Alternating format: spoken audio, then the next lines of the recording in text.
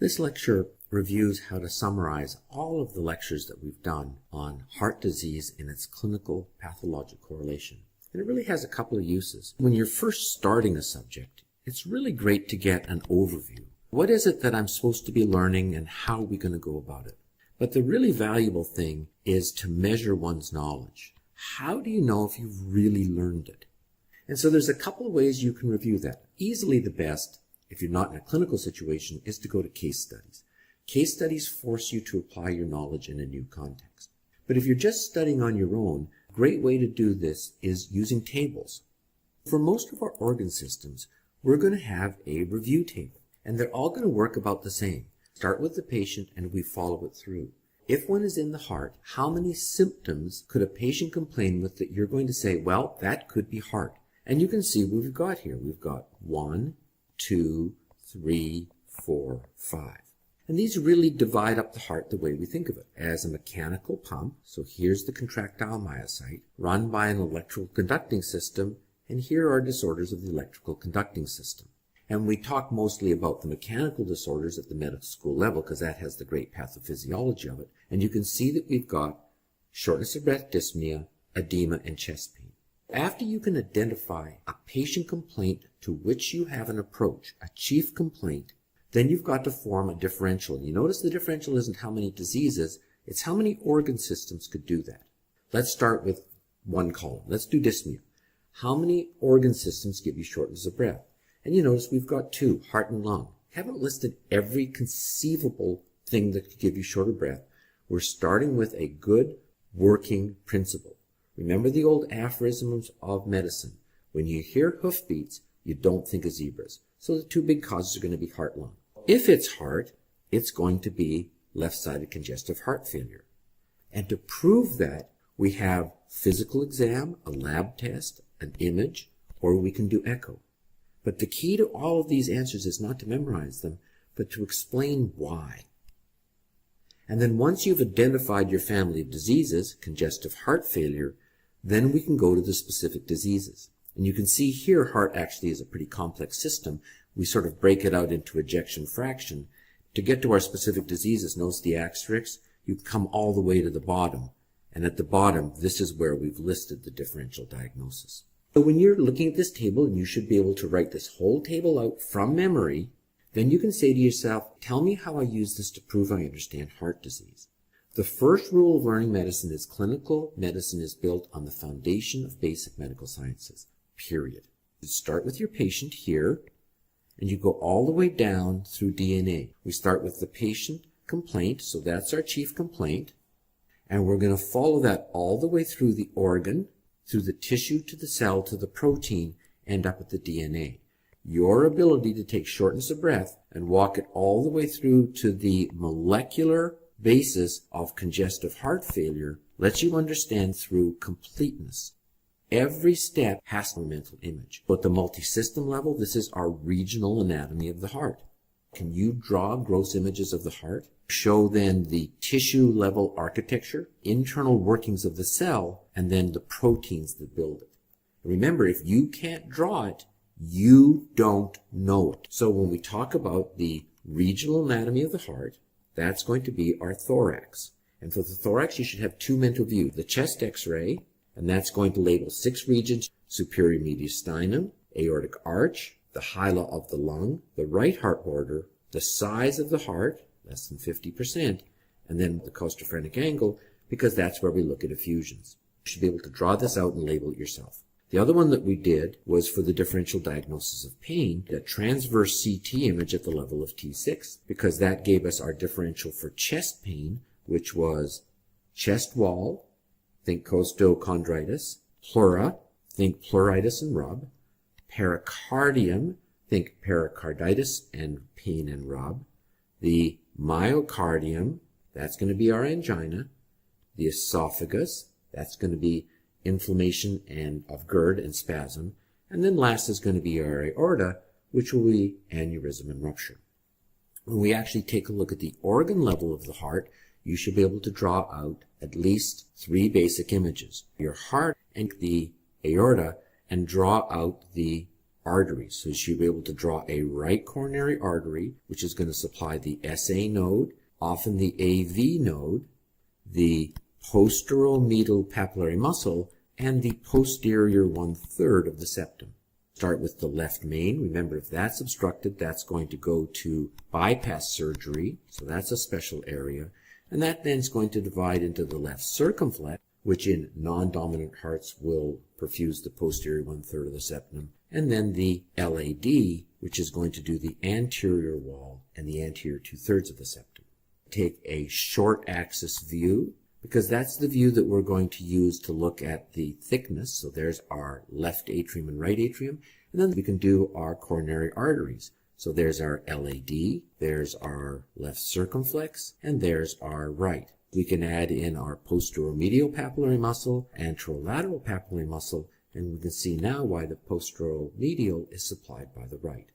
The other thing in a very common view of the heart is our long axis. And our long axis really gives us a great view for looking at the chambers and the valves. We start this by drawing our annulus fibrosus because it's electrically inert. It's the structure everybody hangs off. Put in our thick-walled left ventricle, our thin-walled compliant low-pressure right system, our left atrium because that's going to allow us to put in our coronary veins. And then we add in our right system because that's going to let us get a superior vena cava and an inferior vena cava.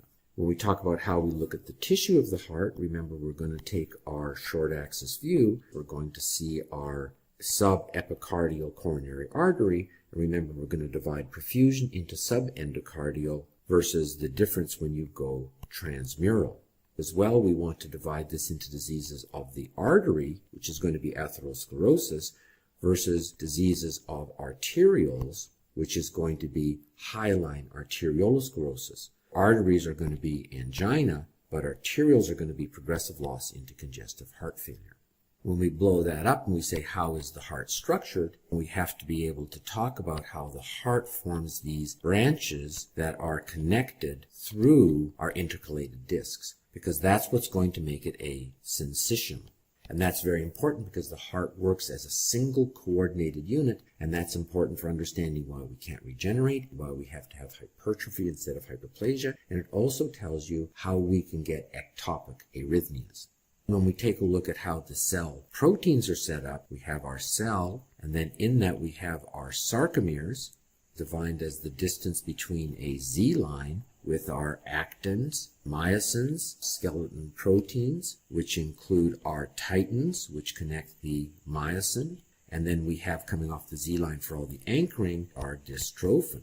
And we want to differentiate the cytoskeleton proteins from the contractile proteins, which are going to be actin, titan to the myosin, and that's where we get our heavy chain myosins, and we regulate its contact to the actin through our troponins, which are in turn regulated by our troponins.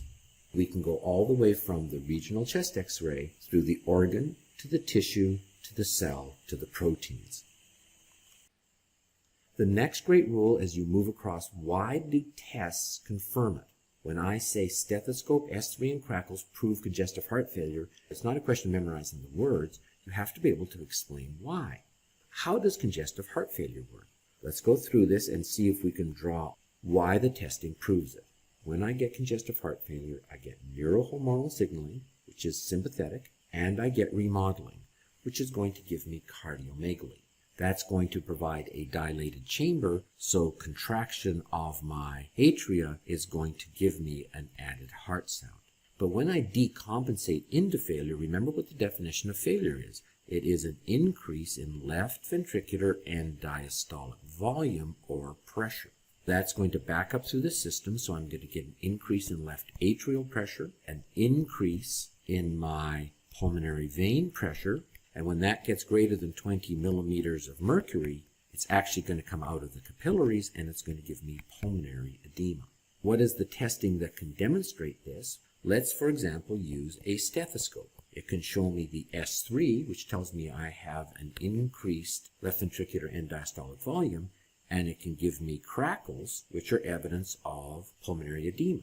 If I took a look and said a single blood test, I could use brain natriuretic peptides because they are a marker of stretch. And stretch, of course, is a marker of increased left ventricular end diastolic volume and pressure. That is a characteristic test widely used in medicine. How do I use the chest x-ray? The first is it's going to show me cardiomegaly, which is a marker of remodeling. Second of all, it's going to show me consolidation, which is a marker of pulmonary edema.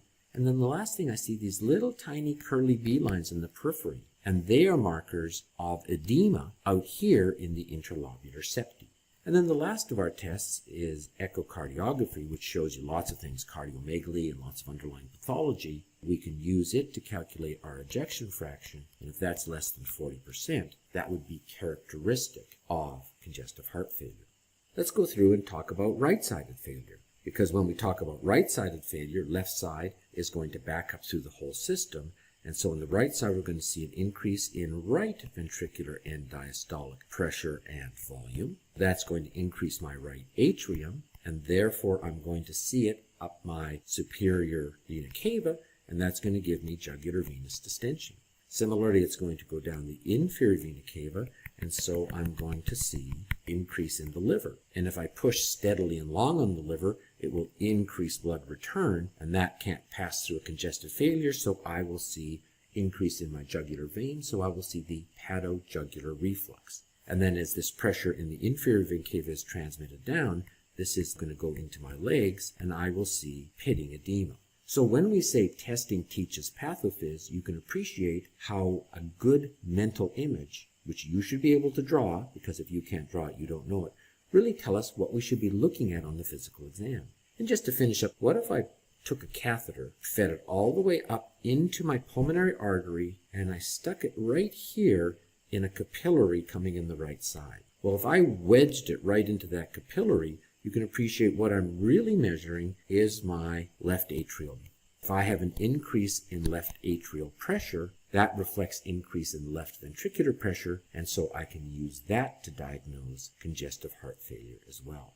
So the ability to draw a good picture, drop your pathophys on it, and then drop your testing on it is a really useful way to have a mental image that will always be there for you. The last of the great ways to test your knowledge is to go to the therapies. Pharmacology is just a great way to test pathophysiology.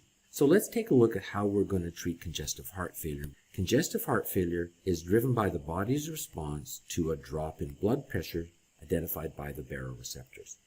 And blood pressure equals our cardiac output times our total peripheral resistance. Cardiac output equals heart rate times stroke volume, and stroke volume is proportional to preload, afterload, and contractility. Preload is going to be driven by two things: overall blood volume and the status of our veins, because most of our blood is stored in our veins, 70%. Afterload is mostly determined by blood pressure, but it also has an important element of total peripheral resistance. And contractility really is proportional to intracellular calcium. So as we talk about the pathophysiology and the targets of drugs, this is what ultimately has to be corrected for the body's perception. You ultimately have to correct for the blood pressure. It's going to compensate for that through neurohormonal mechanisms. How does that blood pressure give us a neurohormonal compensation?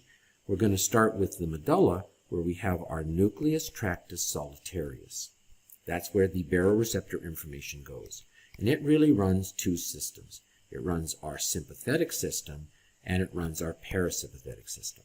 And the sympathetic system is going to go down, and it's going to predominantly affect three organs: the kidney, the adrenal medulla, and at the heart at the level of the SA node and the myocyte.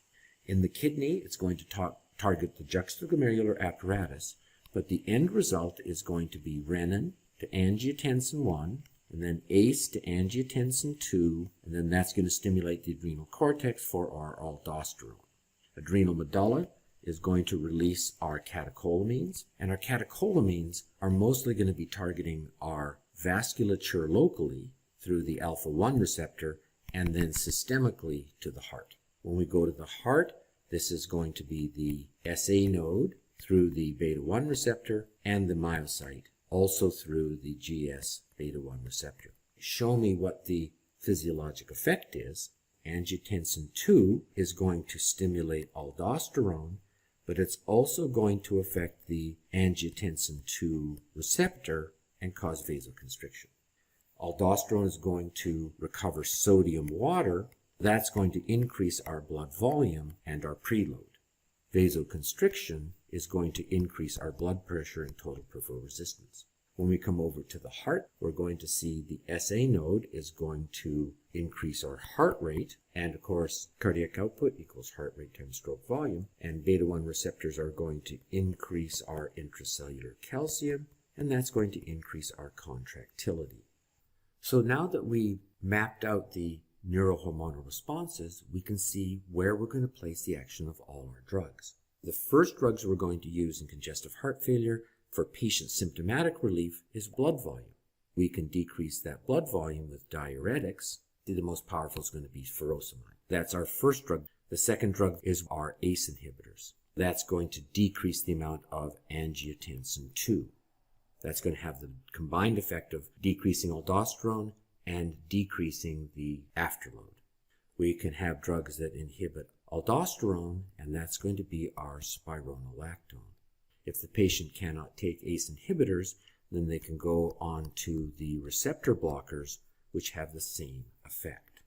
Over on the heart side, we can use beta blockers to block the cardiac effect of the sympathetic system.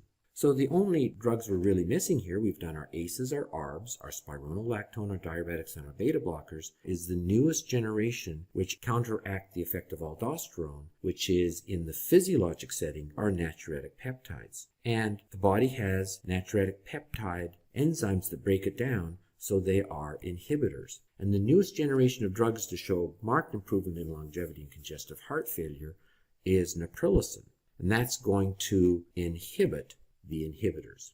You don't have to memorize your list of drugs. You can actually see them as part of the pathophysiology built onto this great image of organs and cells. Now when we come back and look at our summary, you should be able to say heart, who walks in the door, and you can break those complaints into the mechanical or contractile side of the heart and the electrical side of the heart. You can form a differential diagnosis. You can talk about why testing teaches pathophys, and that should get you down to the level of a specific disease. And every time you're at the level of the specific disease, you should be able to say what is its specific presentation, describe its specific pathophysiology, and talk about its natural history. What happens if we don't do anything? And from this you can see complications teach us a great deal about natural history, and treatment is a wonderful way to remember pathophysiologic mechanisms.